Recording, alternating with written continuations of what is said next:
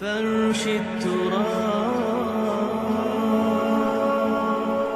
يضمني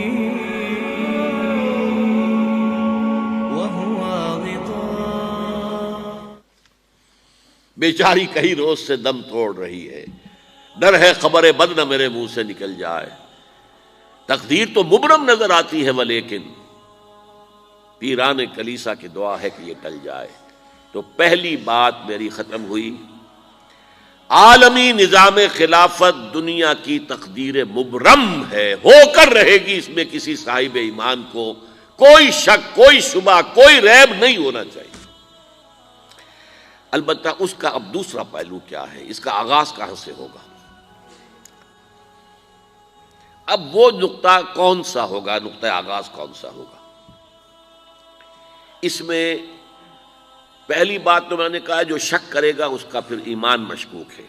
ہوگا، لازماً ہوگا، گلوبل ہوگا، پوری دنیا میں ہوگا.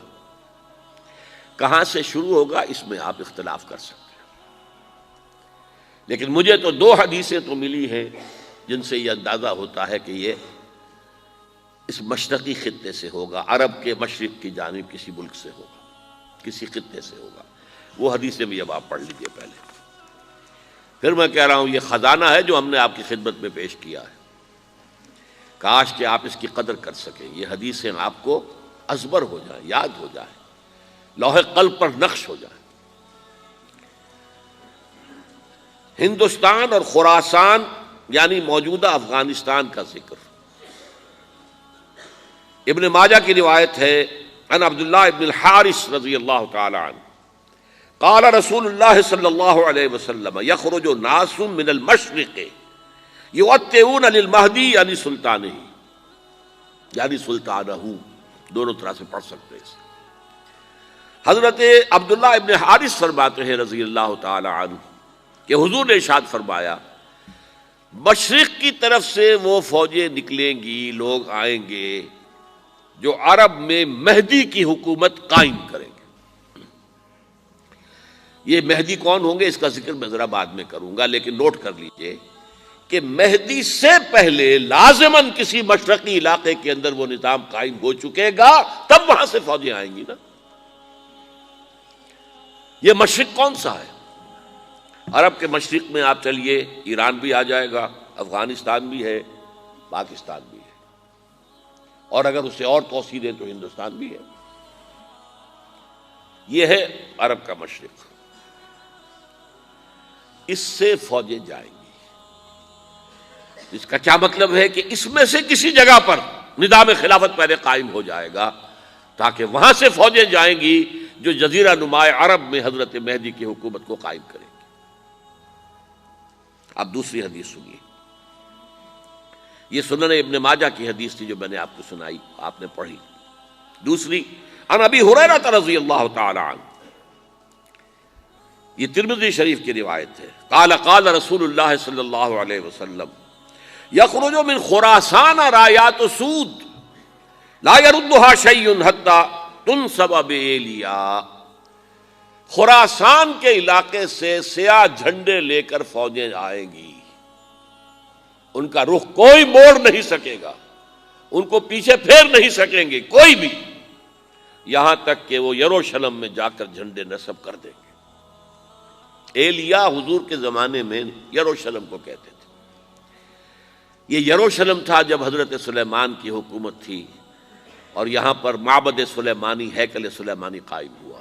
پھر یہ یروشلم ہی رہا ہے تاریخ میں، یہاں تک کہ سن 70 عیسوی میں جب ٹائٹس رومی جنرل نے اس کو گرایا، ختم کیا، سیکنڈ ٹیمپل گرا دیا اور یہاں سے یہودیوں کو کہا نکل جاؤ، یہاں سے کوئی یہودی باقی نہیں رہا، تب بالکل تہو بالا برباد کر دیا. اس کے کوئی 150 سال بعد ہیڈریان، رومن ایمپرر ہیڈریان، اس نے پھر دوبارہ آباد کیا اس شہر کو. 150 سال تک یہ بالکل بنجر اور بالکل غیر آباد پڑا تھا. اب ہیڈریان نے جب آباد کیا تو اس کا نام ایلیا رکھا، اب یروشلم نام نہیں تھا. تو حضور کے زمانے میں پھر اس کا نام ایلیا تھا. اور اب اس سے کیا معلوم ہو رہا ہے کہ یہ یروشلم مسلمانوں کے قبضے سے اس وقت نکلا ہوا ہوگا. ایک دفعہ پہلے نکلا تھا، سن 1099 عیسوی میں مسلمانوں کے ہاتھ سے نکلا. کروسیڈرز، عیسائیوں نے آ کر اس کو قبضے میں کیا، لاکھوں مسلمانوں کو مارا، قتل کیا. اس کو 1187 عیسوی میں واپس لیا ہے. کس نے لیا ہے؟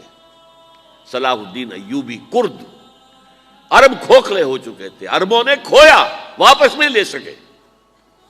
بہت حکومت کر چکے تھے، 400-500 برس کی حکومت کر کے، اور ان کے عیش اور ان کے آرام، اب ان میں جان نہیں تھی کہ وہ واپس لے سکے.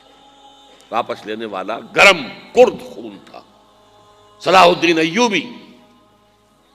تو گویا کہ اب آپ سمجھئے کہ 88 برس تک عیسائیوں کا قبضہ رہا یروشلم پر. اب 1967 میں یہودیوں نے قبضہ کیا ہے، اور اب 38 برس تو ہو گئے، 88 نہیں تو 38 برس تو ہو گئے ہیں. لیکن وہ دور آئے گا کہ اب پھر لیں گے. لینے والے عرب بھی نہیں ہوں گے، خراسان کے علاقے سے فوجیں آئیں گی. یہ خراسان کیا تھا؟ ایلیا تو میں نے آپ کو بتا دیا، یروشلم کا نام ہے. خراسان اس زمانے میں ایک بہت بڑے ملک کو کہتے تھے.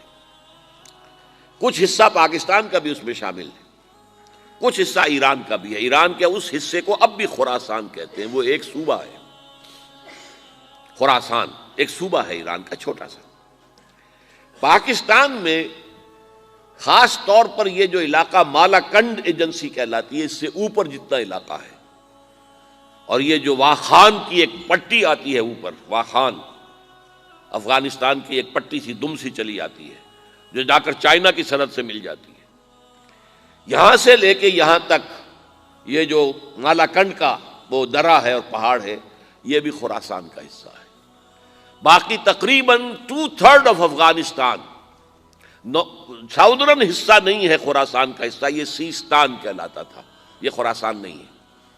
لیکن یہ کہ اوپر کا 2/3 آف افغانستان، اور اس کے ساتھ یہ جو عرب، جو اب یہ ترک ممالک آزاد ہوئے ہیں سوویت یونین کی ڈسولوشن کے ساتھ، یہ سارا علاقہ کہلاتا ہے خراسان بزرگ، دی گریٹ خراسان.